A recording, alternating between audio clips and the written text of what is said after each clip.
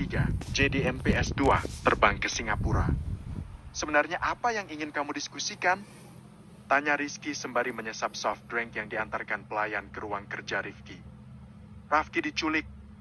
Jawab Rifki. Tapi apa? Apa pelakunya orang itu? Tanya Rizky. Pelakunya memang dia. Orang-orangku yang berada di Singapura juga mengatakan kalau 2 hari lagi akan diadakan lelang seorang perjaka 19 tahun. Itu sangat jelas Rafki yang mereka maksud. Jawab Rifki.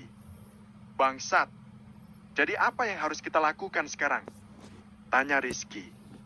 Maukah kamu berjuang bersamaku untuk menyelamatkan Rafki? Tanya Rifki. Tentu saja aku mau. Jawab Rizky tanpa keraguan. Lalu apa yang akan kita lakukan? Tanya Rizky.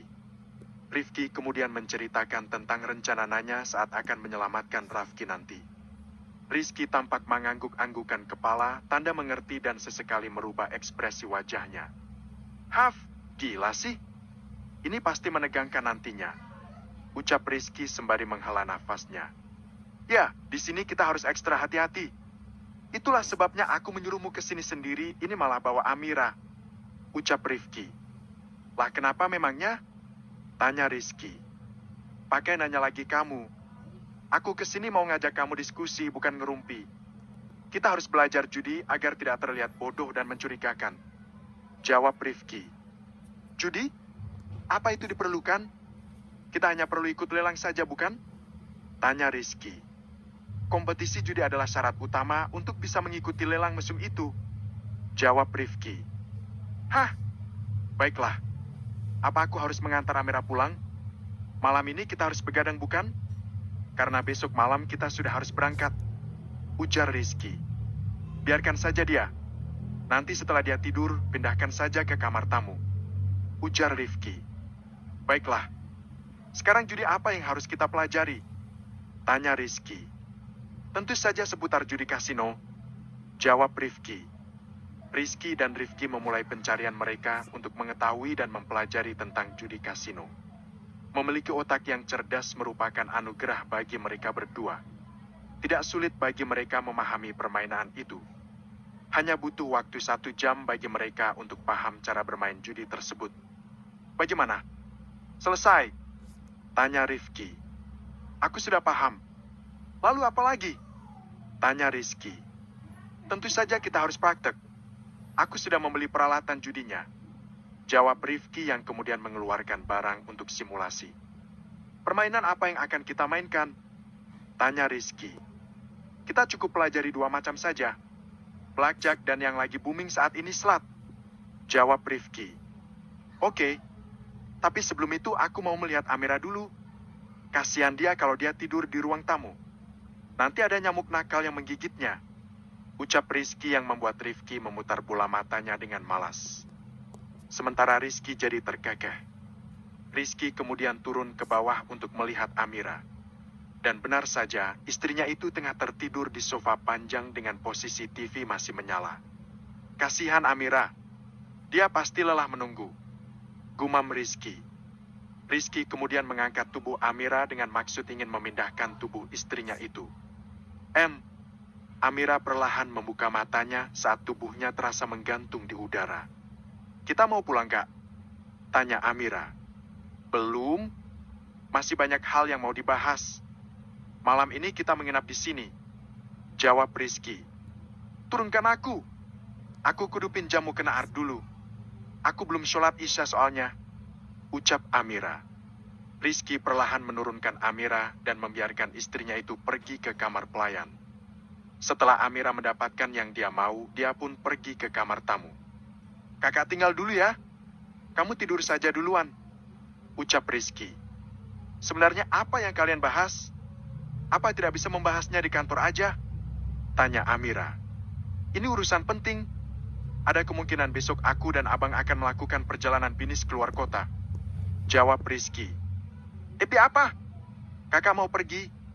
Tanya Amira. Kenapa? Takut kangen ya? Kamu kangen sama aku atau kangen sama? Rizky menaik turunkan alisnya yang membuat Amira tersipu. Gak akan lama, paling cuma 2 atau 3 hari. Kan kita mau langsung pergi ke Malaysia. Ucap Rizky. Jadi ditahan dulu kangennya, agar pas ketemu nanti lebih hot. Ucap Rizky setengah berbisik. Apaan sih, Kak? Amira merona. Ya sudah kakak ke atas dulu ya, ucap Rizky. Ya, jawab Amira. Rizky kemudian kembali ke atas untuk melanjutkan simulasi judi bersama Rifki. Dasar bucin. Apa harus selama itu? Tanya Rifki. Kamu boleh aja ngatain aku saat ini. Lihat aja nanti pas kamu sudah nikah sama Kanza. Aku balas kamu, ucap Rizky. Kalau aku nggak mungkin bucin kayak kamu. Jadilah pasangan biasa, jangan lebay, ujar Rifki. Namanya juga pengantin baru, Bang. Masih anget-angetnya. Ucapan Rizky lagi-lagi mendapat cepikan dari Rifki. Ya sudah, ayo kita mulai, ucap Rifki. Main apa dulu nih? Tanya Rizky. Blackjack. Setelah itu baru kita coba slot, jawab Rifki. Oke. Rifki mulai mengocok kartu dan membagikannya. Rifki dan Rizky sama-sama menempatkan diri dalam keseriusan bermain. Seolah mereka benar-benar melakukan perjudian profesional. Dan pada akhirnya permainan itu dimenangkan oleh Rifki. Jadi kurang lebih begitulah permainannya. Sekarang kita main slot, ucap Rifki. Duo R itu kembali melakukan simulasi judi slot yang banyak disukai saat ini. Dan lagi-lagi permainan itu dimenangkan oleh Rifki. Kamu sudah seperti tukang judi profesional, Bang, ucap Rizky. Ia nyesel tadi nggak pakai taruhan coretan arang panci, ucap Rifki. Cuma ada satu hal yang mengganggu pikiranku saat ini, ucap Rizky. Ada apa? Tanya Rifki. Kita ke sana memang menyamar, tapi kita pasti akan disuruh ngisi buku tamu, bukan? Bagaimana kalau kita disuruh menyerahkan kartu identitas? Tanya Rizky. Rifki tampak berpikir keras. Dia juga baru terpikir. Cekaka, waktu mepet begini kartu identitas siapa yang mau kita pakai? Maunya sih nggak usah pakai kartu identitas, ucap Rizky. Rifki tampak membuat panggilan untuk seseorang. Ya bos, kumpulkan teman-teman kita. Ada diskusi darurat. Aku dan Rizky akan datang 20 menit lagi, jawab Rifki. Baik bos. Rifki mengakhiri panggilan itu dan berdiri dari tempat duduknya. Kita mau ke markas nih, tanya Rizky. Aku menemukan ide untuk masalah kartu identitas itu, jawab Rifki. Tapi bagaimana dengan Amira? Tanya Rizky sembari mengekor di belakang Rifki. Gak usah lebay. Amira gak akan hilang, ucap Rifki. Tapi dia biasa sholat tahajud. Bagaimana kalau dia nyariin aku? Tanya Rizky yang membuat Rifki menepuk dahinya, sementara Rizky kembali cengar-cengir. Amira gak segila itu. Selama 22 tahun hidup dia biasa tidur sendiri. Kamu jangan banyak alasan, ucap Rifki. Bawa mobilnya, ucap Rifki sembari melemparkan kunci mobil ke arah Rizky. Rizky mau tak mau menerima. Mereka pun pergi menuju markas dengan kecepatan di atas rata-rata. Saat sampai di sana, semua anak buah Rifki sudah berkumpul di dalam ruangan. Tanpa basa-basi, Rifki langsung memberikan instruksi. Yang usianya di atas 25 tahun geser ke kiri. Yang usianya 20-25 geser ke kanan, ucap Rifki. Ke-58 orang itu mulai mencari posisi masing-masing. Setelah berbaris rapi, Rifki mulai memberikan instruksi yang lain. Kita baru saja dapat musibah. Rafki tadi sore diculik oleh musuh lama. Saat ini dia berada di Singapura dan akan dilelang oleh kaum gay di pusat perjudian kasino di sana. Ucapan Rifki cukup mengejutkan semua anak buahnya. Pasalnya mereka tahu Rafki memiliki ilmu bela diri yang cukup mumpuni. Karena mereka sering juga berlatih bersama. Karena dia akan dilelang saat kompetisi judi lusa, maka cara menyelamatkan dia tentu saja harus mengikuti lelang itu. Berapapun harganya harus kita yang mendapatkannya. Dan untuk masuk ke sana harus menggunakan tiket dan juga kartu identitas, sambung Rifki. Yang mau aku tanyakan adalah, siapa di antara yang usianya 20-25 bersedia dipinjam kartu identitasnya? Tanya Rifki. Di luar dugaan Rifki, semua anak buahnya kompak mengacungkan tangan yang membuat Rifki tersenyum. Terima kasih. Aku bangga punya saudara seperti kalian, ucap Rifki. Tapi meski kalian bersedia semua, tetap harus diseleksi. Kita akan memilih KTP yang wajah kalian sedikit mirip dengan kita. Kalaupun nggak mirip, kita yang akan menyamar biar mirip seperti kalian. Sambung Rifki. Silakan dikumpulkan KTP di atas meja. Ucap Rizky. Semua anak buah yang terpilih mengumpulkan KTP di atas meja. Setelah itu mereka kembali ke tempat masing-masing. Rizky dan Rifki mulai memilih satu persatu KTP yang sedikit mirip dengan wajah mereka. Terima kasih kamu ucapkan buat teman-teman yang sudah bersedia membantu. Doakan saja supaya KTP ini tidak diperlukan. Doakan juga supaya saudara kita bisa diselamatkan. Ucap Rifki. Kenapa tidak kita serbu langsung saja, bos? Kita kacaukan acara lelang itu. Tidak bisa begitu. Mengadakan acara seperti itu pasti sudah dilakukan persiapan matang. Masuk ke sana saja pasti ada alat untuk mendeteksi senjata. Jadi tidak bisa sembarang. Musuh kita ini bukan orang sembarangan. Kalau kita gegabah, maka kita hanya menghantarkan nyawa saja. Ucap Rifki. Tapi kalau bos besar memberi perintah, kalian bisa ikut kalau ada insiden di luar dugaan. Sambung Rifki. Baik bos. Kalian pulanglah dan beristirahat. Kami juga mau pulang. Ucap Rifki. Siap bos. Jawab mereka serentak. Rifki dan Rizky pun memutuskan untuk pulang dan beristirahat. Sesampai di rumah Rifki, Amira tampak berada di ruang tamu sembari menggunakan mukena. Kalian dari mana? Tanya Amira. Apa aku bilang? Dia pasti nyariin aku. Ini kan malam Jumat bang. Sunnah Rasul. Ucap Rizky sembari berbisik. Alasan aja kamu. Kamu mah biar nggak malam Jumat, siang bolong pun hayu aja. Sindir Rifki yang membuat Rizky tergagah. Apa diskusi kalian sudah selesai? Tanya Amira. Sudah. Kenapa? Tanya Rifki. Aku mau ngajak Kak Rizky pulang. Jawab Amira. Ini sudah malam. Kalian tidur saja di sini. Besok pagi-pagi silakan aja pulang. Sekalian Rizky mau berkemas buat berangkat perjalanan bisnis. Ucap Rifki. Amira menoleh ke arah Rizky dan mendapat anggukan kepala dari suaminya itu. Mereka pun memutuskan beristirahat karena waktu sudah menunjukkan hampir pukul 2 malam. Umi, abang berangkat dulu ya. Ucap Rifki dari seberang telepon. Itu kenapa Rafki belum nelpon Umi? Mana dia? Umi mau bicara. Tanya Anissa.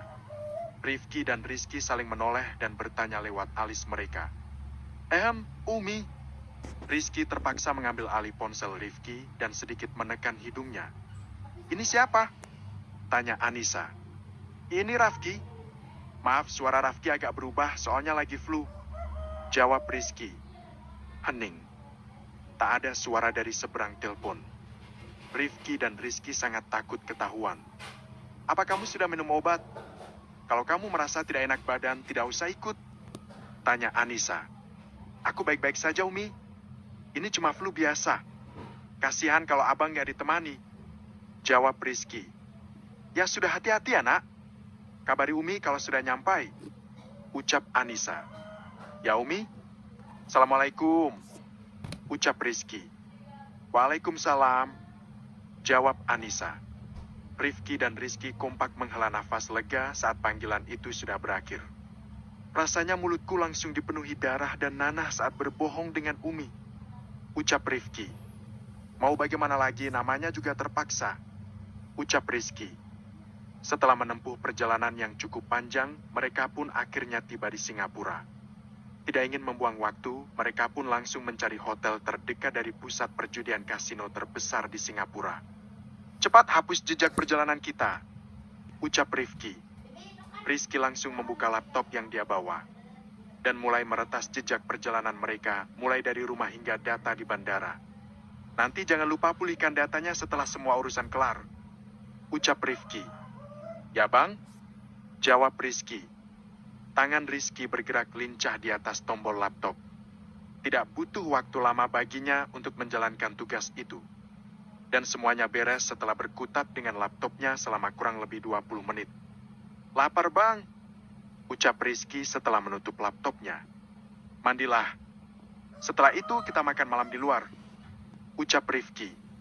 Abang aja yang duluan mandi. Aku mau nelpon pujaan hatiku dulu. Ucap Rizky. Dasar bucin. Gerutu Rifki sembari berjalan ke kamar mandi setelah menyambar sebuah handuk. Kakak sudah sampai? Tanya Amira. Ya barusan. Kamu lagi apa? Tanya Rizky sembari memeluk guling. Lagi nunggu maghrib. Kakak sudah mandi belum? Tanya Amira. Belum.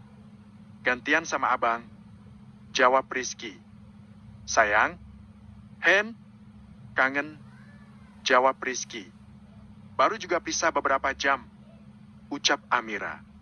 Jauh dari kamu 5 menit aja sudah seperti 5 tahun. Ujar Rizky yang membuat Amira bergagah. Mata Rifki mendelik saat dirinya selesai mandi namun Rizky masih saja di posisi yang sama.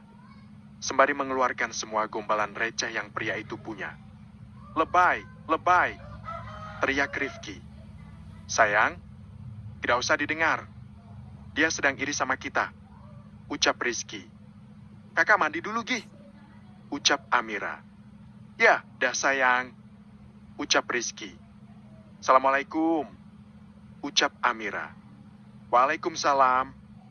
Jawab Rizky. Rizky kemudian bersiul-siul sembari menyambar handuk dan masuk ke kamar mandi. Setelah selesai mandi, mereka pun mencari makanan. Pak, pak, pak. Hilman mencari jejak setiap daftar nama yang sudah dia tulis. Dia tidak ingin kecolongan dengan semua rencana yang sudah dia susun rapi. Bagus. Sepertinya mereka memang belum tahu kalau Rafki ada di Singapura dan akan dijadikan lelang utama di kompetisi judi. Waktu ketenanganmu sudah berakhir, Reiki. Aku akan menjadikan anak bungsumu itu jadi bulan-bulanan kaum gay. Gumam Hilman dengan seringai di bibirnya. Hilman kemudian tertawa lepas karena membayangkan wajah putus asa dari Reiki. Namun pria parubaya itu sama sekali tidak tahu kalau tindakannya itu sudah didahului oleh Rizky. Bab ke-144, JDMP S2, Iron Gate. Rifki membenahi rambutnya yang sebelumnya sudah dia lumuri oleh benda yang sedikit lengket untuk membuat rambutnya tampak rapi dan tertata. Pria 23 tahun ingin memberikan kesan dewasa dan berwibawa dengan jas hitam yang dia kenakan. Tidak jauh berbeda dengan dirinya, Rizky pun juga sama. Namun ada sedikit perubahan pada penampilan mereka. Baik Rizky maupun Rifki, mereka menambahkan sedikit kumis tipis di atas bibir mereka. Tidak hanya kumis, mereka juga menambahkan sedikit tahi lalat di bagian tertentu di wajah mereka. Apa kamu sudah siap? Tanya Rifki. Haf, sangat siap. Jawab Rizky setelah menghembuskan nafas kasar. Kedua pria tampan itu kemudian keluar dari hotel. Dengan mengandalkan mobil rental mewah, mereka pun pergi menuju pusat perjudian kasino. Apa kamu gugup? Tanya Rifki. Haf, sedikit. Aku hanya takut kita tidak bisa melewati pintu depan. Kalau sudah melewati pintu itu, aku pasti nggak akan gugup lagi. Jawab Rizky. Santai saja. Bersikaplah seolah kamu seorang penjudi profesional. Uang tidak masalah bagimu. Nanti kita masuknya jangan berbarengan. Ujar Rifki. Kenapa? Tanya Rizky. Agar tidak menimbulkan kecurigaan. Pokoknya saat di pelelangan, kamu angkat saja terus papan lelang kalau ada yang menawar lebih tinggi dari kita. Jawab Rifki. Aku mengerti. Ujar Rizky. Aku akan menghentikanmu di tempat rentalan mobil. Kita akan pergi dengan mobil yang berbeda.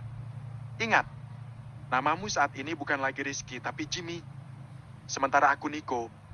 Ucap Rifki. Oke. Jawab Rizky. Setelah sampai di tempat rental mobil, Rifki pun menurunkan Rizky di sana. Dia pun pergi lebih dulu agar tidak menimbulkan kecurigaan. Setelah sampai di tempat judi, Rifki melihat prosedur lumayan ketat. Mobil ini sangat mewah. Pasti orang yang diundang khusus. Bisik dua orang penjaga depan saat melihat mobil mewah yang dikendarai Rifki memasuki halaman parkir.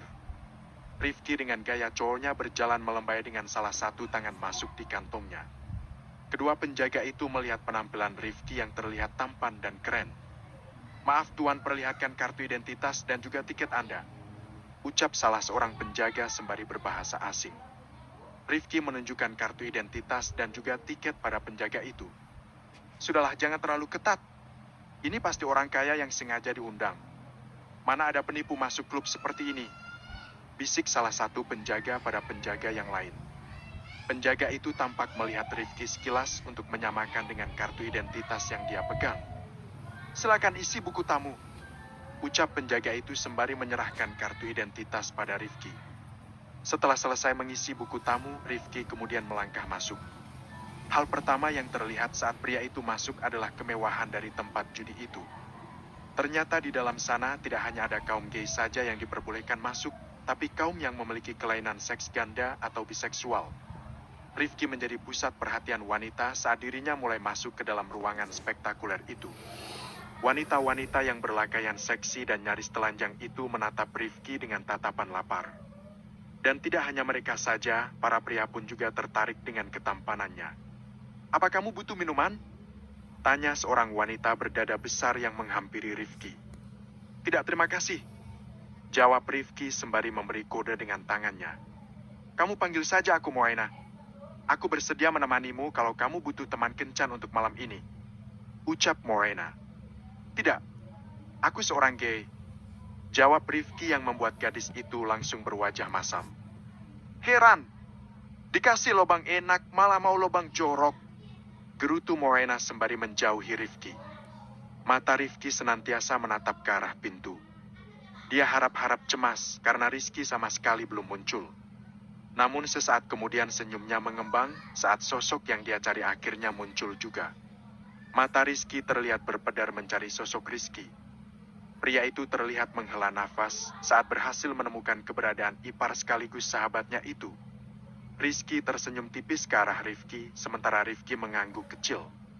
Rizky kemudian mencari tempat duduk yang tidak jauh dari Rifki. "Di sini mengerikan sekali. Mereka seolah kelaparan saat menatap kita," cap Rizky. "Tundukkan pandanganmu kalau tidak mau dicongkel Amira," balas Rifki. "Mending Amira kemana-mana. Terlibat dada wanita di sini sudah banyak rombakan," balas Rizky yang membuat Rifki jadi tergagah. Tidak berapa lama kemudian acara pun dimulai. Para penjaga sudah menutup rapat pintu masuk. Dan itu tandanya siapapun yang ingin masuk tidak diperbolehkan. Di ruangan itu sudah sangat ramai orang yang datang ingin mengikuti kompetisi judi maupun lelang. Drap, drap, drap. Hilman, Burhan, Yamamura dan satu orang kepercayaannya berjalan beriringan saat turun dari sebuah mobil mewah warna hitam. Keempat pria itu kompak mengenakan baju berwarna hitam dengan topi hitam lebar di atas kepala mereka. Saat akan melewati meja penjagaan, Hilman menghentikan langkah kakinya. Pria parubaya itu meraih buku daftar tamu dan membacanya satu persatu. Tidak ada satupun nama dari keluarga Reki, Rio maupun Reno. Baguslah. Itu berarti mereka tidak menemukan keberadaan anaknya di tempat ini. Saat ini pasti Reki sedang meraung, panik dan putus asa. Kira-kira bagaimana reaksinya kalau aku kirim foto-foto bugil anaknya? Hilman menyeringai. Hilman meletakkan buku itu dan kemudian masuk ke dalam bersama Yamamura dan kedua orang kepercayaan mereka. Suasana mendadak hening saat orang-orang di ruangan itu melihat kedatangan Yamamura dan teman-temannya. "Hilman, detik-detik kehancuranmu sudah terhitung. Tapi hari ini aku akan membuatmu dikecewakan." Rifki mengepalkan tangannya saat melihat sosok yang dia kenali lewat dari depan mejanya. Sementara itu di ruangan berbeda, Rafki tengah adu jotos dengan 8 orang pria bertubuh besar dalam sebuah ruangan kedap suara. Pasalnya ke-8 pria itu ingin melepaskan pakaiannya dan akan digantikan dengan pakaian aneh. "Akan aku tunjukkan seberapa besar kekuatanku," ucap Rafki. Bash. Biu.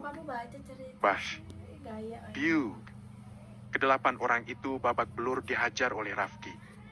Sampai akhirnya dia tidak berdaya saat ke-8 orang itu menodongkan pistol ke arahnya secara bersamaan.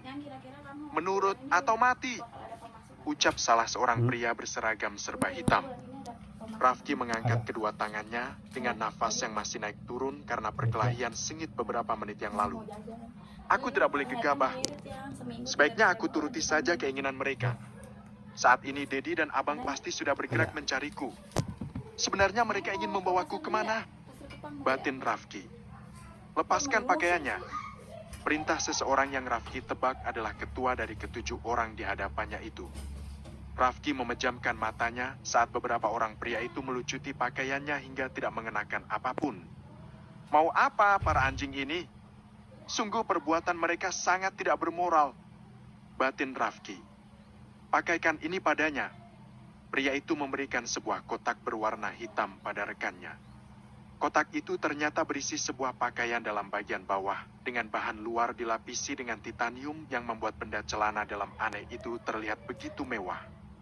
Apa ini? Kenapa kalian memakaikan ini padaku? Tanya Rafki yang ingin berontak.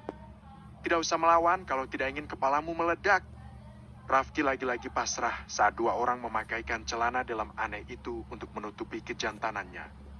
Pria 19 tahun itu kemudian dibawa keluar dari ruangan itu untuk menuju ruangan yang lain. Ruangan yang di dalamnya penuh dengan kursi empuk yang tersusun. Bentuk susunan itu hampir sama persis dengan kursi yang ada di ruang bioskop. Tempat apa ini? Apa ini ruang bioskop? Batin Rafki. Seorang pria menekan tombol berwarna merah yang ada di dinding dekat panggung. Tiba-tiba muncul sebuah kerangkeng besi yang muncul dari bawah. Rafki bisa menebak untuk apa dirinya ada di tempat ini. Dan sesuai dugaannya, pria berusia 19 tahun itu didorong masuk ke dalam kerangkeng itu. Tidak hanya itu, kedua kaki dan lehernya dipasang rantai besar agar dirinya tidak bisa kabur. Pria itu kembali menekan tombol dan kerangkeng besi itu kembali turun ke bawah. Gelap ruang bawah tanah itu sama sekali tidak ada cahaya. Sementara itu di ruang berbeda, kompetisi judi sedang dipandu oleh pembawa acara. Namun sebelum benar-benar dimulai, Yamamura memberikan sedikit arahan agar yang mengikuti kontes bersemangat. Aku ucapkan terima kasih banyak atas partisipasi kalian di kompetisi ini. Untuk itu selain yang menang akan mendapatkan 100.000 dolar Singapura, kalian juga bisa mengikuti lelang. Nama lelang kali ini kita beri tema Iron Cake. Kenapa diberi nama Iron Cake? Karena yang dilelang kali ini seorang pria jantan yang masih sangat manis. Dia baru berusia 19 tahun, sangat jantan dan kekar. Ucapan Yamamura disambut tepuk tangan meriah oleh para pria gay yang ada di ruangan itu. Untuk itu bagi siapa saja yang ingin memiliki bocah perjaka itu, siapakan uang kalian karena dia sangat mahal. Soal kualitas tidak perlu diragukan. Saat kalian melihatnya, kalian akan langsung jatuh cinta. Sambung Yamamura yang disambut antusias oleh peserta. Tidak perlu berpanjang lebar lagi. Silakan pada panitia untuk dipandu acara kompetisi ini. Dan setelah itu kita akan langsung pindah ke ruangan lain untuk melelang barangnya. Ucap Yamamura yang kemudian menyerahkan mic pada panita. Acara itu kemudian mulai dipandu oleh panitia. Dan set judi dilakukan di beberapa meja dengan diawasi oleh tim panitia yang berkompeten di bidangnya. Aku tidak boleh menang dalam permainan ini. Kalau aku sampai menang, maka aku akan jadi pusat perhatian orang, tidak terkecuali Hilman dan Yamamura. Aku tidak boleh dikenali terlalu cepat sebelum aku bertemu dengan Rafki. Batin Rifki.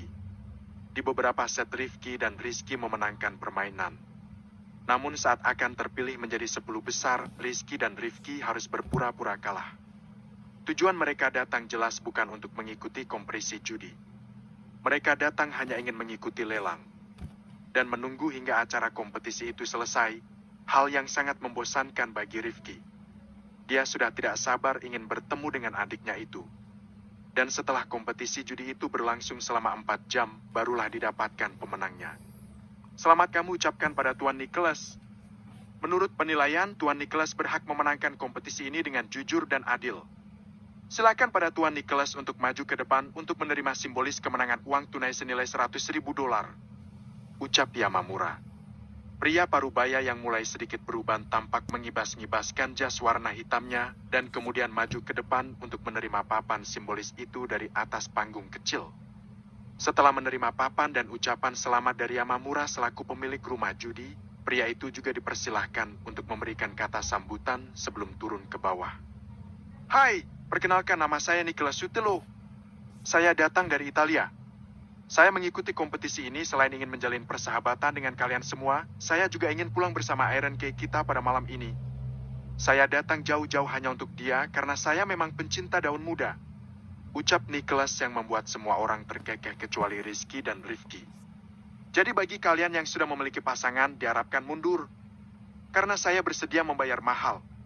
Kalau uang kalian di rumah tidak cukup untuk menghidupi Iron Cake ke depannya, lebih baik kalian mundur saja. Sambung Nicholas. Kalau boleh tahu, apa Tuan seorang pengusaha? Tanya Yamamura. Ya, saya seorang pengusaha properti di Italia. Jawab Nicholas. Sombong sekali dia. Apa uangnya bisa menyaingi aku yang seorang pengusaha batu permata? Gerutu seorang pria berkepala pelontos di samping Rifki. Pria ini, bukankah pria ini yang pernah datang meminta bantuan padaku sekitar 7 bulan yang lalu? Toko batu permata miliknya dirampok kawanan bersenjata api lengkap. Polisi dan peretas terbaik di negaranya bahkan tidak bisa menemukan keberadaan para penjahat itu. Jadi dia seorang gay juga. Tapi bukankah waktu itu dia datang bersama istrinya? Ai, apa masih kurang lubang juga? Kenapa tidak kamu masukkan saja punyamu ke lubang hidung istrimu? Batin Rifki. Apa aku manfaatkan saja dia? Wajahnya lebih meyakinkan. Takutnya Hilman bisa mengenaliku saat aku mengangkat papan lelang. Terlebih saat aku yang memenangkan lelang itu. Batin Rifki. Rifki kemudian mengirim cat pada Rizky yang membuat pria itu jadi mengerutkan dahi saat membaca cat dari Rifki. Kenapa? Cat Rizky. Aku memiliki solusi lebih baik dan tidak beresiko. Balas Rifki. Oke. Balas Rifki. Baiklah. Kalau begitu kita akan langsung pergi menuju tempat lelang. Semua peserta berdiri dari tempat duduknya dan memasuki ruangan yang disediakan. Lampu-lampu menyala terang. Tempat itu terlihat sangat mewah dan mengesankan. Rifki dan Rizky kemudian memilih tempat duduk di barisan nomor 2 dari depan. Dia tidak ingin terlalu dekat dari tempat Hilman duduk. Baiklah. Tidak perlu berbasa-basi lagi, inilah dia Iron Cake milik kita. Kalian akan dimanjakan dengan bentuk tubuhnya yang sangat atletis. Dan kalian akan terkejut saat mengetahui ukuran kejantanannya yang perkasa. Sesuai usianya, dia memiliki ukuran 19 cm cukup untuk memuaskan siapapun yang menang dalam acara lelang ini. Ucapan Yamamura disambut decak banyak orang yang tidak sabar untuk melihat keberadaan Iron Cake yang dimaksud. Dan untuk pemberitahuan, Iron Cake kita ini masih sangat liar. Tapi aku yakin kalian ini bukan pemula. Kalian pasti tahu cara mengatasinya. Sebagai bonus, kami juga akan memberikan kalian beberapa butir pil gembira. Karena aku yakin kalian sudah tidak sabar ingin langsung mencicipinya. Malam ini dia akan menghangatkan kamar hotel kalian. Mari kita sambut Iron Cake. Ucapan Yamamura disambut tepuk tangan meriah, diiringi dengan kerangkeng besi yang perlahan muncul dari ruang bawah. Bab ke-145, JDMPS 2, Lelang. Rafki tampak kebingungan saat mendengar dan melihat tepuk tangan dan sorak-sorai dari orang-orang di deretan kursi yang ada di hadapannya. Matanya terasa silau karena matanya belum menyesuaikan dengan cahaya yang terang benderang dari tempat itu. Terlebih dia baru saja berada di dalam ruang gelap. Tes. Air mata Rifki menetes saat melihat adik bungsunya diperlakukan seperti seekor hewan. Tubuh pria tampan itu bahkan gemetar dengan mata merah berair. Tidak jauh dengan Rifki, Rizky juga meneteskan air mata dengan dada bergemuruh hebat. Kalian akan membayar mahal atas perbuatan kalian hari ini. Aku akan membuat kalian sengsara dunia akhirat. Gumam Rifki. Rifki bergegas menyeka air matanya dengan ibu jarinya. Sialan. Apa aku akan dijadikan bahan lelang ekstrim? Bangsat. Ini pasti ulah Hilman yang Bang Rifki ceritakan. Ngomong-ngomong apa Bang Rifki sudah ada di sini? Batin Rafki. Mata Rafki mencari keberadaan Rifki di antara orang-orang yang ada di hadapannya. Tidak sulit baginya menemukan saudara satu darahnya itu. Terlebih Rifki memberikan kode padanya yang membuat dia tersenyum tipis dan meneteskan air mata. Dia datang. Bang Rifki datang. Rafki menyeka air mata lemahnya dengan kilat. Dia tidak ingin musuhnya melihat kelemahannya itu. Lihatlah dia. Meski berusia 19 tahun, tubuhnya sangat atletis dan sempurna. Siap-siap, siapapun yang menang lelang hari ini akan dimanjakan olehnya. Lihatlah, betapa jantannya dia dengan ukuran yang melebihi standar orang Asia itu. Ucap Yamamura. Suara tepuk tangan memeriahkan ucapan Yamamura. Rifki sedikit menganggukkan kepalanya. Dia berharap adiknya itu tidak terprovokasi oleh ucapan Yamamura. Dan dia sangat bersyukur Rafki bisa membaca isyarat tubuhnya. Hilman binatang, aku akan menghilangkan semua biji di tubuhmu. Gak cuma biji kejantananmu saja yang akan hilang, tapi biji mata, biji hidung, biji telinga, biji betis, pokoknya semua biji yang ada padamu. Gumam Rizky yang dia pun tidak tahu apa biji yang dia sebutkan itu ada atau tidak. Aku yakin, dia tidak hanya balas dendam pada keluarga mertuaku saja, Hilman pasti akan balas dendam juga sama keluargaku dan juga keluarga Om Reno. Aku tidak akan membiarkan itu terjadi. Hilman harus mati lebih dulu. Batin Rizky. Baiklah, langsung saja. Sesuai peraturan. Lelang akan dibuka dengan harga $10.000 Singapura. Silakan lelang dimulai. Sang pembawa acara mulai membawa acara itu menjadi semakin panas. Satu persatu papan mulai mengacung di antara para pria yang memiliki orientasi menyimpang itu. Rizky dan Rifki juga tidak mau ketinggalan. Mereka menawar harga ala kadarnya dan berhenti saat angka sudah mencapai $100.000 Singapura. Kenapa Bang Rifki berhenti menawar? Apa dia keberatan mengeluarkan uang lebih banyak dari itu? Atau dia punya rencana lain? Batin Rafki. Rafki menoleh ke arah Rifki yang kemudian tersenyum ke arahnya. Kini dia baru mengerti kakaknya itu mempunyai rencananya sendiri. Harusnya aku tidak boleh meragukan saudaraku. Dia sampai berada di ruangan ini itu sudah pasti melewati berbagai rintangan dan rencana yang matang. Tidak mungkin dia mundur dengan uang sedikit seperti itu. Si harimau ini sangat mengerikan. Siap-siaplah Hilman, kamu pasti akan diterkamnya. Batin Rafki. Rafki kemudian duduk santai, sembari menyandarkan tubuh di kerangkeng besi. Hilman dengan senang hati menyorot keadaan Rafki yang dianggapnya sedang putus asa itu. Sementara itu di tempat berbeda, Reki, Rio, dan Reno tanpa sepengetahuan Rifki sudah mengintai keadaan rumah judi itu dari jarak jauh. Dia tidak mungkin membiarkan putranya itu berjuang sendirian. Karena dia tahu betul seberapa bahayanya mantan sahabatnya itu. Ting, ting, ting. Beberapa cat masuk ke ponsel Reki. Tangan pria parubaya itu gemetar saat melihat putranya jadi bulan-bulanan banyak orang. Terlebih saat foto Rafki ditelanjangi dalam keadaan pingsan. Hilman, aku bunuh kamu Hilmaan. Reki bermaksud ingin berlari ke arah tempat judi itu, namun segera ditarik oleh Reno dan Rio. Bersabar, Re, ada apa? Tanya Reno. Rio merampas ponsel Reki dan melihat isi cat yang dikirim oleh Hilman. Nomor itu dihubungi oleh Rio, namun langsung ditolak oleh Hilman. Dasar bangsat! Re, kamu jangan terprovokasi dulu ya. Rifki belum bertindak, pasti karena ada alasannya. Di dalam pasti Hilman dan Yamamura sudah melakukan persiapan matang. Jangan hanya gara-gara emosi banyak korban yang berjatuhan. Percayakan semuanya pada Rifki, dia pasti bisa membawa Rafki pulang. Ucap Rio yang mencoba menenangkan Reki. Hiks, Rafki pasti ketakutan saat ini. Aku tidak pernah membayangkan kalau Hilman sekeji itu. Dasar pengecut. Ingin sekali aku melemparkannya ke rel kereta api biar gepeng. Umpat Reki sembari menangis. Kami mengerti perasaanmu saat ini. Saat Rifki masih bisa mengendalikan emosinya, itu berarti situasi masih dalam keadaan aman. Hilman pasti sengaja mengirim chat itu sama kamu agar kamu semakin frustasi dan menggila. Sebab dia sudah paham dengan sifatmu. Ujar Rio. Rio benar. Harusnya kamu balas dengan membuat hati Hilman tambah terbakar.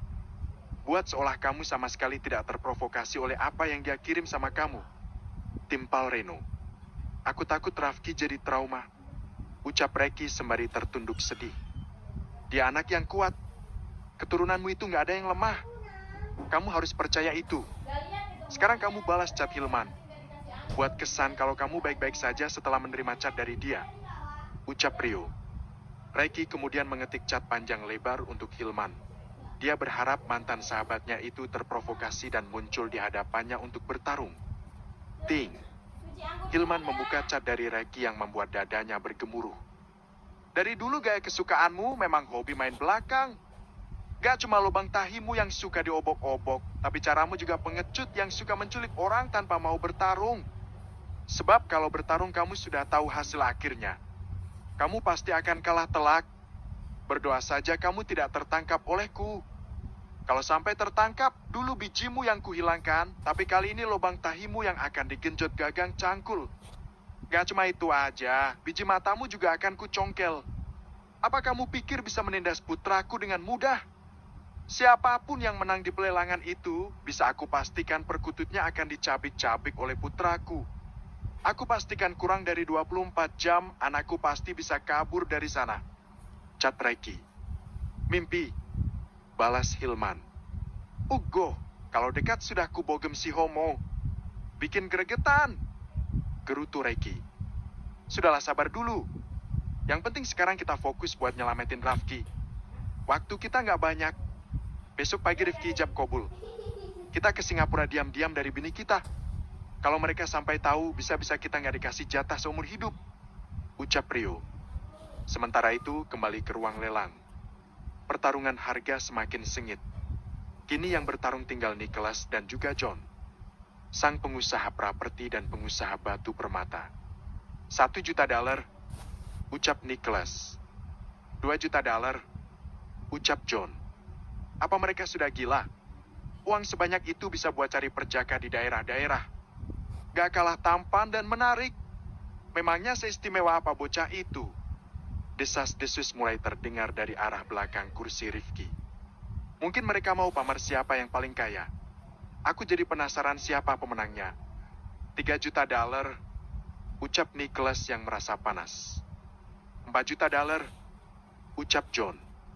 $4,5 juta, ucap Nicholas. $5 juta, ucap John dengan santai. Nicholas terdiam, karena dia tidak mungkin menghabiskan semua hartanya hanya karena ingin mendapatkan pemuda ingusan yang belum tentu bisa bersama untuk selamanya. 5 juta 1 kali, 5 juta 2 kali, 5 juta 3 kali. Oke, pemenangnya jatuh pada Tuan John Alexander, jawab John. Silakan Tuan John Alexander untuk maju ke depan. Barangkali ke depannya kita bisa bertemu di luar sini dan bisa melakukan kerjasama bisnis mungkin, ucap Yamamura. Baik, terima kasih. Nama saya John Alexander. Saya berasal dari London. Saya seorang pengusaha batu permata. Kalau kalian mau coba bisnis bareng atau mau pesan barang untuk pasangan kalian, kalian boleh datang langsung ke kantor saya, ucap John. Silakan untuk menyelesaikan transaksinya. Nanti kami akan bantu Anda membawa barang ke hotel, ucap panitia. Untuk para peserta yang lain, karena acara ini sudah selesai, kalian boleh diperkenankan meninggalkan ruangan ini. Kami ucapkan terima kasih atas partisipasi kalian. Kami usahakan tiap tahun akan mengadakan acara seperti ini lagi. Terima kasih, ucap Yamamura. Satu persatu orang-orang meninggalkan ruangan itu kecuali Rifki dan Rizky. Sementara Hilman, Yamamura, dan krunya pergi ke ruang lain untuk bertransaksi. Rifki hanya memberikan kode dengan anggukan kepala pada Rifki sebelum meninggalkan ruangan itu. Meski aku tidak terlalu paham apa maksud Bang Rifki, tapi aku yakin dia tidak akan tinggal diam. Apa mungkin John adalah orang suruhan Bang Rifki? Bisa saja kan? Karena dengan menyuruh orang asing, wajah Bang Rifki tidak mudah dikenali. Kalau begitu, aku harus pura-pura patuh saja, batin Rafki. Aku tidak mengerti kenapa kita tidak bertarung hingga akhir. Kenapa rencana mendadak berubah? Tanya Rizky saat mereka sudah berada di luar ruangan. Aku mengenal pria yang menang lelang itu. Apa kamu tidak ingat sama dia? Tanya Rifki. Siapa dia? Apa dia salah satu klien kita? Tanya Rizky. Ya, dia klien kita yang pernah kita tolong saat toko permatanya dirampok oleh orang-orang misterius, jawab Rifki. Oh, yang itu. Ya, aku ingat sekarang. Lalu apa rencanamu? Tanya Rizky. Akan lebih mudah menaklukkan sedikit orang daripada berbuat konyol di sini. Kita akan meminta Rafki di tempat dia menginap, jawab Rifki. Apa dia akan setuju? Tanya Rizky. Dia harus setuju, kalau tidak ingin toko berliannya aku hancurkan, jawab Rifki. Menurutmu apa itu Rifki dan Rizky? Tanya Reno lewat teropong yang dia pegang. Mana? Reiki langsung menyambar teropong itu. Reiki memperhatikan dengan seksama. Yaitu mereka. Tapi mana Rafki? Kok mereka keluar cuma berdua? Tanya Reiki. Rio mengambil alih teropong itu dan melihat Rizky dan Rifki berjalan ke arah parkir dan masuk ke dalam mobil yang berbeda. Mereka masuk ke dalam mobil yang berbeda. Itu artinya mereka punya rencana sendiri, ucap Rio. Bisa jadi mereka ingin mengambilnya dari pemenang lelang malam ini, timpal Reno. Kalau begitu kita masuk mobil sekarang.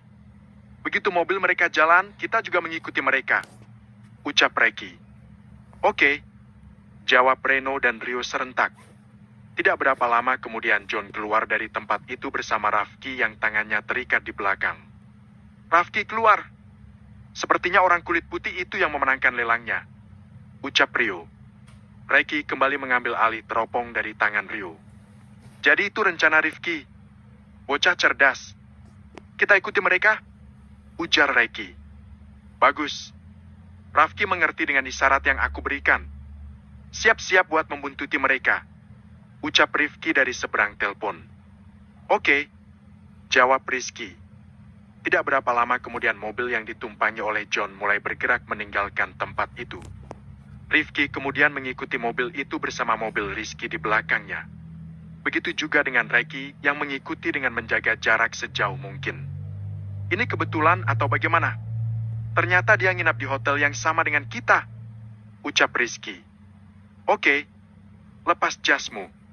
Lepas juga kumis dan tahi lalatmu. Agar orang-orangnya Hilman tidak curiga. Ucap Rifki. Ya. Jawab Rizky. Biar aku yang masuk lebih dulu. Kita jangan pergi bersamaan. Nanti akan ku beritahu kamarnya. Tetaplah pakai headframe-mu. Ucap Rifki. Oke. Jawab Rizky. Rifki bergegas keluar dari mobil karena dia tidak ingin kehilangan jejak. Dan yang membuat Rifki tercengang adalah John menginap di kamar yang bersebelahan dengan kamarnya. Dia ada di sebelah kamar kita. Ucap Rifki. Benarkah? Oke, aku ke sana sekarang. Ucap Rizky. Kalian boleh pergi. Aku bisa mengatasinya. Ucap John pada orang-orang Hilman yang mengantar Rafki. Apa Tuan yakin? Ya, ini buat beli rokok kalian. Ucap John sembari menyodorkan tip untuk keempat pria berbadan tegap. Keempat pria itu kemudian pergi. John menutup pintu dan melepas jasnya. Kamu tidak usah takut. Aku tahu ini pertama bagimu. Tapi aku jamin bersamaku kamu akan senang. Aku akan membuatmu bahagia. Ucapan John sama sekali tidak digubris oleh Rafki.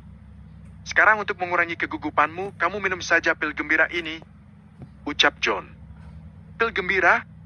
Tanya Rafki. Ya, pil ini bisa membuatmu lebih santai. Jawab John. Sepertinya ini semacam obat perangsang. Ini Bang Rifki kemana ya? Ini orang suruhannya atau bukan? Kalau bukan mau aku hajar nih. Batin Rafki. Tok, tok, tok. Siapa yang datang malam-malam begini? Apa itu dari pihak lelang? Apa ada yang ketinggalan? Batin John. John kemudian mengintip dari lubang dan mengerutkan dahinya saat melihat Rifki yang datang. Sepertinya dia sangat familiar. Siapa ya? Batin John. John kemudian membuka pintu dan disambut Rifki dengan senyuman. Rifki melirik sekilas ke arah Rafki yang tersenyum di balik pria berkulit putih itu. Boleh aku masuk? Tanya Rifki. Sorry. Sepertinya aku memang pernah bertemu denganmu, tapi untuk malam ini agak kurang tepat kalau kita berbicara soal bisnis. Aku sedang... John memperlihatkan Rafki yang ada di belakangnya sembari tersenyum. Aku bukan ingin membicarakan bisnis denganmu, tapi aku ingin membicarakan tentang dia. Ucap Rifki. Sorry, apa kamu salah satu peserta lelang? Apa kamu tidak rela aku menjadi pemenangnya? Tanya John. Sangat tidak rela. Tapi bukan karena saya tidak mampu, tapi karena kamu tidak pantas berebut dengan saya. Apa kamu sungguh lupa dengan wajah saya? Ya, batu permatamu memang sudah ditemukan, jadi wajar saja kamu lupa pada orang yang sudah menemukan hartamu. Jawab Rifki yang membuat mulut John menganga. Hey, bro. Apa kabarmu? Sorry, aku tidak bermaksud. Aku... Tidak masalah. Boleh aku masuk? Aku ingin bicara penting denganmu. Tanya Rifki. Silakan. Ucap John. John kemudian mempersilahkan Rifki masuk ke kamarnya untuk berdiskusi. Saat Rifki masuk, Rafki langsung memeluk kakaknya itu sembari menangis. Sementara John jadi kebingungan. Bab ke-146, JDMP S2, rendang lengkuas. Maksudnya apa nih? Tanya John yang terlihat kebingungan saat Rafki tiba-tiba memeluk Rifki sembari menangis haru. Rifki mengajak Rafki duduk di sebuah sofa panjang. Dia adikku. Saudara kandungku yang terakhir. Jawab Rifki yang membuat John shock. Benarkah? Maaf, aku tidak bermaksud. Aku... Tidak masalah. Aku tahu ini bukan salahmu. Aku juga ada di acara lelang tadi. Saat aku melihatmu, aku tahu kalau kamu klienku waktu itu. Makanya aku memutuskan menyelamatkan adikku lewat tanganmu. Ucap Rifki. Kamu tenang saja. Aku akan mengembalikan uangmu. Aku bahkan akan memberikanmu $1 juta untuk jasamu ini. Ujar Rifki. Tidak perlu. Kamu kembalikan saja uangku. Jasamu lebih besar padaku. Kalau waktu itu kamu tidak menemukan permataku, maka aku akan jadi gembel. Ujar John. Tapi ada yang tidak aku mengerti. Bagaimana bisa adikmu ada di tempat lelang itu? Tanya John. Salah satu penyelenggara kompetisi dan lelang itu adalah musuh lama keluargaku. Dia menculik adikku dan sengaja menjadikan adikku sebagai barang lelang. Dengan begitu dia berpikir bisa mempermalukan keluargaku. Padahal dia berurusan dengan orang yang salah. Jawab Rifki. Sadis sekali mereka. Tadinya aku berpikir adikmu sengaja menjual diri demi mau kaya secara instan. Ucap John. Harta keluargaku tidak akan habis 7 turunan. Jawab Rifki. Tapi tadi terlalu berisiko. Bagaimana kalau sampai yang menang bukan aku? Tanya John. Karena aku yakin seorang pengusaha batu permata uangnya lebih banyak daripada pengusaha properti. Jawaban Rifki membuat John tertawa keras. Tok, tok, tok. Sebentar itu pasti temanku. Ucap Rifki sembari bangkit dari tempat duduknya. Ceklek. Dan benar saja. Itu adalah Rizky dengan menenteng sebuah laptop di tangannya. Pria tampan itu seolah paham kalau sahabat sekaligus iparnya sangat membutuhkannya. Raf, celana keren tadi kemana? Kok udah ganti baju aja? Tanya Rizky yang syarat dengan ledekan. Ipar sialan. Bisa-bisanya ledekin aku dalam situasi seperti ini. Batin Rafki. Berapa nomor rekeningmu? Tanya Rifki sembari membuka laptopnya dan tangannya mulai bergerak lincah di atas sana. John membuka ponselnya untuk mencari nomor rekening yang dia simpan di kontak. Pria itu pun menyebutkan deretan angka sementara Rifki langsung menulisnya di laptop. Setelah selesai, Rifki kemudian mentransfer uang sebanyak $7 juta ke rekening John. Ting! Ada sebuah pesan yang masuk ke ponsel John. Pria itu langsung mengeceknya. Kenapa kamu mengirim $7 juta? Aku sudah bilang tidak perlu. Tanya John. Tidak masalah. Anggap saja itu ucapan terima kasihku. Lagi pula kamu juga banyak kerugian. Jauh-jauh datang ke sini tapi malah tidak dapat apa-apa. Oh ya, apa istrimu tahu tentang orientasimu yang ganda? Tanya Rifki. Bisa-bisa ususku terburai kalau sampai dia tahu. Jawab John. Ya, semoga tidak ketahuan. Tapi kalau bisa kamu cepat akhiri kebiasaan burukmu itu. Rasa lubang sama aja. Bisa-bisanya kamu mencelupkan milikmu ke dalam lubang jorok yang penuh kuman begitu. Ucap Rifki yang membuat John terkekeh tanpa merasa tersinggung sama sekali. Sensasinya beda. Ucap John sembari terkekeh. Menjijikan. Rifki, Rafki, dan Rizky kompak bergumam. Tok, tok, tok. Rifki, Rafki, Rizky, dan John kompak menoleh satu sama lain. Tentu bertamu tengah malam sangatlah tidak wajar. Kalian bersembunyilah. Takutnya itu orang-orangnya Hilman yang tahu keberadaan kita. Ucap Rifki. Rifki kemudian mencabut pistol dari pinggangnya. Pistol yang sempat dia bawa setelah menyimpannya di jok mobil. Rizky, Rafki, dan John segera menyingkir dan bersembunyi di posisi nyaman masing-masing. Rifki mengintip terlebih dulu dari lubang. Dan dia sangat terkejut ada sosok Reki di luar pintu. Ceklek. Daddy? Daddy kenapa ada di sini? Tanya Rifki. Mana Rafki? Tanya Reki sembari menggeser tubuh putranya. Rafki di mana kamu nak? Tanya Reki setengah berteriak. Daddy? Gumam Rafki sembari keluar dari tempat persembunyiannya. Daddy? Mata Rafki berkaca-kaca saat melihat Reki berada di depan matanya. Grab. Hicks, Daddy aku takut. Ucap Rafki sembari menangis. Apa yang harus ditakutkan? Semuanya aman. Apa dia menyentuhmu? Apa dia melakukan hal buruk lainnya? Reki bermaksud ingin memberi pelajaran pada John namun dihalangi oleh Rifki. Daddy jangan. Dia temanku. Aku yang menyuruhnya untuk menyamar jadi salah satu peserta lelang. Rifki terpaksa berbohong agar permasalahan tidak lagi melebar. Reki menurunkan tangannya yang hendak melayangkan tinju pada John. John bisa bernafas lega, kini dia mengerti. Keputusan menyerahkan Rafki adalah keputusan yang sangat tepat. John, kami permisi dulu. Terima kasih sudah membantuku. Ucap Rifki. Sama-sama. Sekarang kita sudah jadi teman, bukan?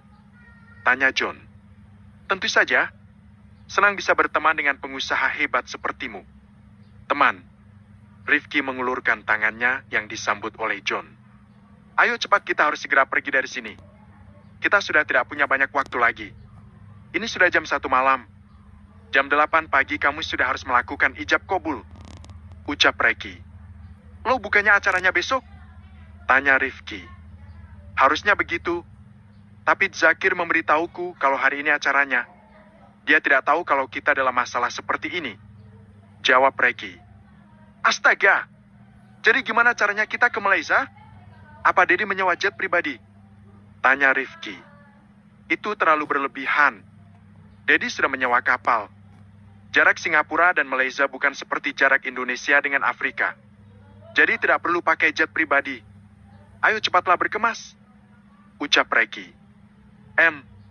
Rifki mengangguk. Reki merangkul Rafki untuk ikut masuk ke kamar Rifki dan Rizki. Kedua pria itu sibuk memasukkan semua pakaiannya ke dalam koper. Setelah selesai mereka pun check out dari hotel. Kita harus mengembalikan mobil rentalan dulu, Dad. Ucap Rifki. Baiklah. Jawab Reki. Mereka pun mengembalikan mobil rentalan. Setelah itu mereka langsung menuju pelabuhan. Di sepanjang perjalanan Rafki hanya diam dan Reki mengerti apa yang dipikirkan oleh putranya itu. Apa yang kamu pikirkan? Tanya Reki. Bagaimana kalau mereka menyebarkan foto atau video Dad? Tanya Rafki. Setelah sampai nanti, Dede akan meretas ponsel dan juga CCTV di gedung itu. Mereka tidak akan punya kesempatan untuk melakukan itu semua. Kamu adalah anak laki-laki kebanggaanku. Tidak ada yang boleh merusak mentalmu. Anggap ini sebagai pengalaman hidupmu. Ucap Reki. Rafki mengangguk. Setelah menempuh perjalanan laut yang cukup panjang, mereka pun akhirnya tiba di Malaysia. Rasa kantuk dan lelah menyerang mereka semua, hingga Anissa dan yang lainnya jadi kebingungan kecuali Zakir. Hanya Zakir yang tahu kemana Reki dan yang lainnya pergi. Umi. Rafki langsung memeluk Anissa dan menitikan air mata di balik punggung ibunya itu. Hei, kamu kenapa? Baru bisa 3 hari sudah seperti ini. Bagaimana kalau pindah ke London? Tanya Anissa sembari mengusap kepala putranya itu. Aku nggak mau kemana-mana. Aku mau di negara kita aja. Dekat dengan Umi. Jawab Rafki sembari bergegas menyapu air matanya. Dasar anak Umi. Emang kamu sendiri yang anaknya Umi? Ledek Rifki. Anak Umi memang banyak, tapi aku adalah anak kesayangan Umi. Iya kan Umi? Ucap Rafki. Iya, ini anak bontotku yang tersayang. Ucap Anissa sembari mengacak rambut putranya itu. Rafki. Hiks. Aisyah langsung memeluk adik bungsunya itu sembari menangis. Yang membuat semua orang yang tidak mengetahui kejadian itu jadi bingung. Kak Ais, kendalikan dirimu. Nanti Umi curiga. Bisik Rafki. Aisyah bergegas menghapus air matanya saat mengingat tidak semua orang tahu kejadian itu. Maaf kakak emosional. Karena takut kalian terlambat datang. Ucap Aisyah. Sekarang kalian cepat mandi. Ini sudah subuh, jadi sekalian sholat subuh. Sambung Anissa. Rafki, Reki, dan yang lainnya bergegas mandi dan melakukan sholat berjamaah. Setelah selesai, mereka sarapan pagi sebelum akhirnya berpakaian rapi. Dan saat jam 8 pagi, acara ijab kabul pun dimulai. Rifki dibuat takjub dengan kecantikan yang dimiliki oleh Kanza. Ditatap intens oleh calon suaminya, tentu saja Kanza jadi tersipu malu. San tunggu malam. Ucap Reki setengah berbisik yang membuat Rifki jadi tersipu malu. Apa bisa kita mulai? Tanya penghulu. Silakan Pak. Jawab Zakir. Setelah membimbing kedua mempelai untuk membaca bacaan sebelum melaksanakan ijab kabul, Zakir dan Rifki akhirnya berjabat tangan sebagai syarat dari ijab kabul itu sendiri. Muhammad Rifki Abdullah. Aku nikahkan dan aku kawinkan engkau dengan anakku yang bernama Aisyah Kanza Al-Rashid binti Zakir Al-Rashid. Dengan mas kawin uang 100 miliar, 1 buah mobil, 3 set berlian, dan tanah perkebunan 10.000 meter persegi dibayar tunai. Ucap Zakir. Saya terima nikah dan kawinnya Aisyah Kanza Al-Rashid binti Zakir Al-Rashid. Dengan mas kawin uang 100 miliar, 1 buah mobil, 3 set berlian, dan tanah perkebunan 10.000 meter persegi dibayar tunai. Ucap Rifki. Bagaimana saksi? Sah. Tanya penghulu. Sah. Jawab saksi. Alhamdulillah. Semua orang kompak menjawab syukur. Kanza dan Rifki menandatangani semua berkas pernikahan. Semua momen penting itu sudah diabadikan oleh seorang fotografer handal. Dan setelah selesai, Kanza dan Rifki sungkem pada kedua orang tua baik itu dari pihak Kanza maupun dari pihak Rifki. Semuanya dilakukan dengan suasana yang mengharu biru. Aku ucapkan selamat untuk kalian berdua ya bang. Semoga pernikahan kalian samawa. Ucap Aisyah. Makasih, moga kamu cepat nyusul ya. Ucap Kanza. Amin. Ucap Aisyah. Kamu kenapa sih bang? Kok mukamu layu begitu? Kamu nggak tidur? Tanya Aisyah. Jangan pakai nanya, kamu tahu sendiri alasannya apa? Jawab Rifki. Emang apa alasannya? Tanya Kanza. Itu. Aku nggak bisa tidur gara-gara memikirkan acara hari ini. Secara hari ini aku akan menikahi bidadari. Ucap Rifki yang membuat Aisyah mencebikkan bibirnya. Hati-hati Sah, kamu bisa kena serangan jantung kalau mendengar semua gombalannya.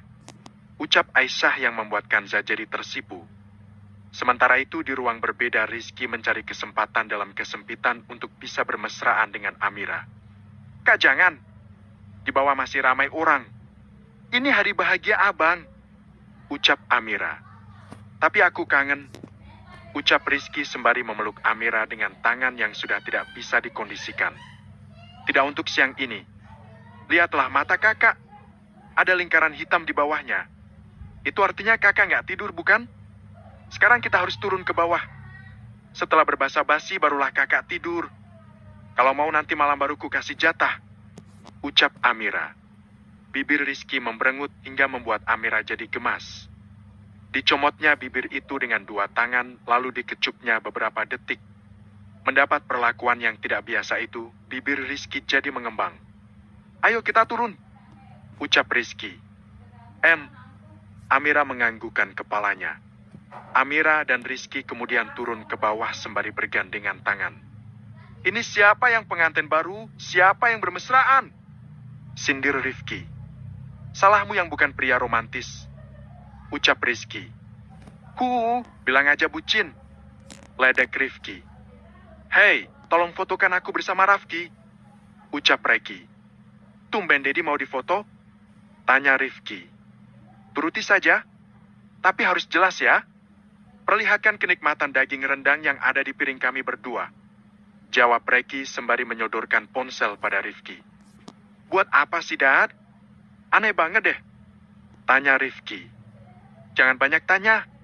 Ini momen tak dapat terlupakan. Jangan lupa selain kenikmatan rendang, kamu perlihatkan juga kegantengan kami berdua. Jawaban Reki membuat semua anak-anaknya jadi tergagah. Cekrek. Cekrek. Cekrek. Apa ini cukup? Tanya Rifki sembari menyodorkan ponsel dadinya. Belum? Agak lebih perjelas lagi. Jawab Reki sembari menyodorkan ponselnya kembali. Cekrek. Cekrek. Cekrek. Kalau ini? Tanya Rifki. Reki meraih ponselnya dan tersenyum. Sayang, tolong kamu carikan lengkuas di dalam rendangnya dong. Cari yang besar ya. Ucap Reki yang membuat Anissa kebingungan. Dedi hari ini kenapa sih? Udah foto nggak ngajak-ngajak, sekarang malah mau makan rendang lengkuas. Di mana-mana orang mau makan dagingnya, Dad. Ngapain makan lengkuasnya? Ucap Rifki. Anak pintar. Apa menurutmu Dedi sebodoh itu? Dedi mau posting di medsos. Ucap Reki. Ya nanti Umi carikan. Ucap Anissa sembari berjalan ke arah meja catering. Setelah mendapatkannya, Anissa menaruhnya di atas piring Reki. Cekrek. Reki memfoto lengkuas itu dengan senyum mereka di bibirnya. Kirim. Batin Reki. Ting. Ting. Ting. Hilman yang mengantuk sama sekali tidak sadar kalau ponselnya menerima beberapa cat. Matanya asyik terpejam karena semalaman dia tidak tidur. Rasakan kamu. Gumam Reki. Reno dan Rio yang berada di dekat Reki hanya bisa geleng-geleng kepala melihat tingkah Reki yang kekanakan. Jadi bagaimana langkah selanjutnya? Tanya Reno. Reki langsung memberikan koda karena Anissa masih berada di dekat mereka. Oh, pasal resepsi? Tanya Reki. Ya, nanti malam kita diskusi bersama. Yang pasti resepsi harus di Indonesia. Sambung Reki. Kita bahas sekarang saja. Lagi pula tamu sudah mulai sepi karena kami memang tidak mengundang banyak orang. Ucap Zakir. Ya seperti yang kamu dengar, kita akan mengadakan acara resepsi di Indonesia. Aku ingin membuat acara mewah dan meriah. Rifki banyak kolega dan rekan bisnis. Jadi sayang kalau nggak buat acara meriah. Terlebih dia terbilang anak tertua di keluargaku. Ucap Reki. Baiklah, kami setuju. Lalu kita mau menggunakan konsep apa? Tanya Zakir. Itu biar jadi urusan para wanita kita. Yang pasti resepsi akan diadakan minggu depan. Jadi kalau bisa kalian ke Indonesia bersamaan dengan kami saja. Biar Fatima bisa bantu Anissa untuk mempersiapkan acara pernikahan anak-anak kita. Jawab Reki. Baiklah, kita akan ke Indonesia bersama. Ucap Zakir. Tanpa sadar setelah membahas banyak hal tentang resepsi, waktu sudah menunjukkan pukul 12 siang. Mereka pun sholat berjamaah setelah azan. Dan di tempat berbeda, Hilman baru saja bangun dari tidurnya. Matanya terbelalak saat melihat cat yang dikirimkan oleh Reki. Menikmati daging rendang lezat di tempat kondangan bersama anak bujangku yang gantengnya 11-12 dengan diriku. Cat Reki saat mengirim foto dirinya dan Rafki sedang menikmati daging rendang. Dan ini rendang lengkuas. Ini aku simpan untukmu. Saat kamu tertangkap olehku nanti, aku akan memasukkan ini ke dalam lubang tahimu. Biar kamu merasakan betapa panasnya hatiku ini. Hilman homo murahan, nantikan detik-detik kehancuranmu. Carilah tempat persembunyian yang sulit agar kamu tidak mati dengan cepat. Cat Reki. Sialan! Prakak. Hilman yang emosi membanting ponselnya hingga pecah 1000. Bab ke-147. JDMPS 2, gagal MP.